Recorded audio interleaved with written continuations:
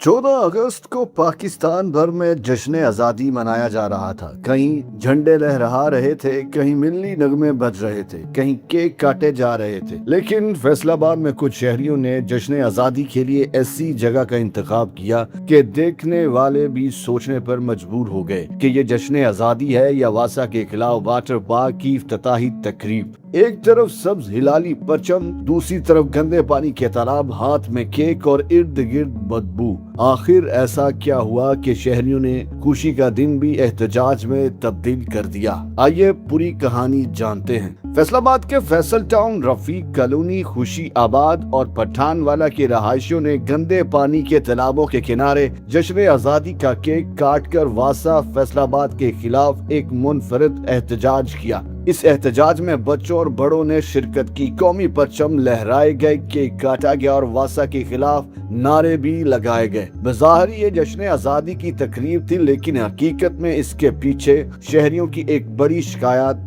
मौजूद थी। अहले इलाका का कहना था कि इनके इलाकों में गंदे पानी के मुतअद्दिद बड़े तालाब बन चुके हैं, जिनकी वजह से बदबू, ताफुन और रोजमर्रा जिंदगी में मुश्किलात बढ़ रही हैं। अब जरा इस मंजर का तस्वर करें। एक तरफ केक रखा, बच्चे जश्न मना रहे हैं, पाकिस्तान जिंदाबाद के नारे लग रहे हैं, लेकिन चंद कदम के फासले पर गंदा पानी खड़ा है। आमतौर पर लोग जश्न आज़ादी पार्क, ग्राउंड या किसी खूबसूरत मकाम पर मनाते हैं, लेकिन यहाँ शहरियों ने गंदे पानी के तालाब को ही अपना एहतजाज का पस मंजर बना लिया। शायद इनका पैगाम बहुत सादा था कि अगर हमारी गलियां और मोहल्ले साफ नहीं तो हम जश्न के दिन भी अपना मसला खामोशी से नहीं भूलेंगे। अहले इलाका के मुताबिक फैसल टाउन, रफीक कॉलोनी, खुशी आबाद और पठानवाला में तकरीबन 20 से 25 बड़े गंदे पानी के तालाब मौजूद हैं। मज़ाहिरीन का कहना है कि इन तालाबों से मुसलसल बदबू और ताफुन फैल रहा है और शहरी शदीद मुश्किलात का शिकार हैं। अब अगर एक जगह पानी जमा हो तो ऐसे एक मकामी मसला कहा जा सकता है,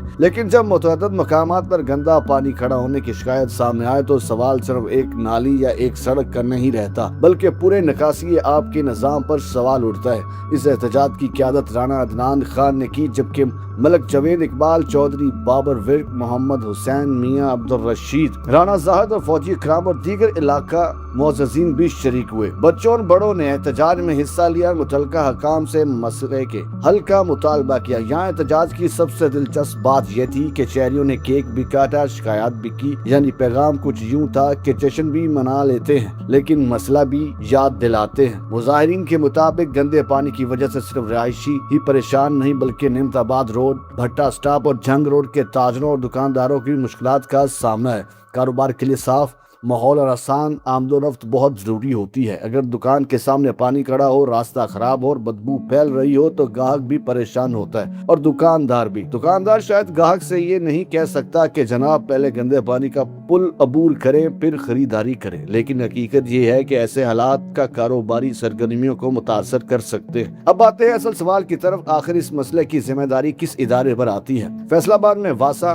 पानी, सीवरेज और ड्रेनेज के निजाम से मुतल्लिक बुनियादी इदारा है। वासा के मुताबिक फैसलाबाद में वसी सीवरेज नेटवर्क मौजूद है, जिसमें तकरीबन 1711 किलोमीटर सीवरेज लाइन और मुख्तलिफ डिस्पोजेबल स्टेशन शामिल है। इसके अलावा शहर में ड्रेन चैनल भी मौजूद हैं, जिनके जरिए पानी की निकासी का निजाम चलाया जाता है। लेकिन इतने बड़े निजाम के बावजूद अगर किसी इलाके में मुसलसल गंदा पानी खड़ा रहता है तो इसे सवाल यही बनता है कि मसला कहाँ पैदा हो रहा है। क्या सीवरेज लाइन बंद है? क्या किसी जगह लाइन टूट चुकी है? क्या ड्रेन में रुकावट है? क्या डिस्पोजेबल स्टेशन या पंपिंग स्टेशन मुनासिब तरीके से काम नहीं कर रहा? अब यहाँ सुथरा पंजाब का जिक्र भी जरूरी है। पंजाब हुकूमत का प्रोग्राम सफाई और वेस्ट मैनेजमेंट को बेहतर बनाने के लिए अहम इकदाम है, लेकिन यहाँ एक फर्क समझना जरूरी है। अगर मसला ठोस कचरे का है तो सफाई और वेस्ट मैनेजमेंट के इदारे अहम किरदार अदा करते हैं, लेकिन अगर बुनियादी मसला सीवरेज का गंदा पानी है तो वासा और ड्रेन सिस्टम का किरदार ज्यादा बराह रास्त हो जाता है। फैसलाबाद वेस्ट मैनेजमेंट भी शहरी सफाई और ठोस फजला के इंतजाम से मुतल्लिक अहम इदारा है। अगर नालियों या पानी के रास्तों में कचरा फंसने की वजह से निकासी मुतासर हो रही हो तो सफाई वेस्ट मैनेजमेंट का किरदार भी सामने आता है। इसलिए मुस्तकिल हल के लिए मुतासरा इलाकों का मुकम्मल सर्वे होना चाहिए। ये देखा जाए कि पानी कहाँ से आ रहा है, कहाँ रुक रहा है, कौन सी लाइन मुतासिर है, ड्रेनेज की सूरत हाल क्या है, पंपिंग सिस्टम किस हालत में है और क्या मौजूदा सीवरेज निजाम इलाके की आबादी के लिए काफी है। जहाँ लाइनों की सफाई ضروری ہے وہاں صفائی کی جائے، جہاں مرمت کی ضرورت ہے وہاں مرمت ہو، اور وہاں انفراسٹرکچر اپ گریڈ کرنے کی ضرورت ہے وہاں مستقل منصوبہ بنایا جائے۔ اب واپس آتے ہیں اس انوکھے جشن آزادی کی طرف۔ اس احتجاج کا سب سے طاقتور پہلو یہی تھا کہ شہریوں نے قومی دن کو اپنے بنیادی مسئلے کی آواز بلند کرنے کے لیے استعمال کیا۔ انہوں نے پاکستان کا پرچم بھی تھاما، کیک بھی کاٹا اور اپنے علاقے کے مسئلے پر احتجاج بھی کیا۔ اس منظر کو آگے ایک جملے میں بیان کیا جائے تو شاید وہ یہ ہوگا: پاکستان سے محبت بھی ہے لیکن اپنے محلے کو صاف دیکھنے کی خواہش بھی ہے۔ اہل علاقہ وزیر اعلیٰ پنجاب سے فوری نوٹس لینے کا مطالبہ کیا۔ ان کا کہنا ہے کہ فیصل ٹاؤن، رفیق کالونی، خوشی آباد اور پٹھان والا کو گندے پانی کے مسئلے سے نجات دلائی جائے، سیوریج کا مسئلہ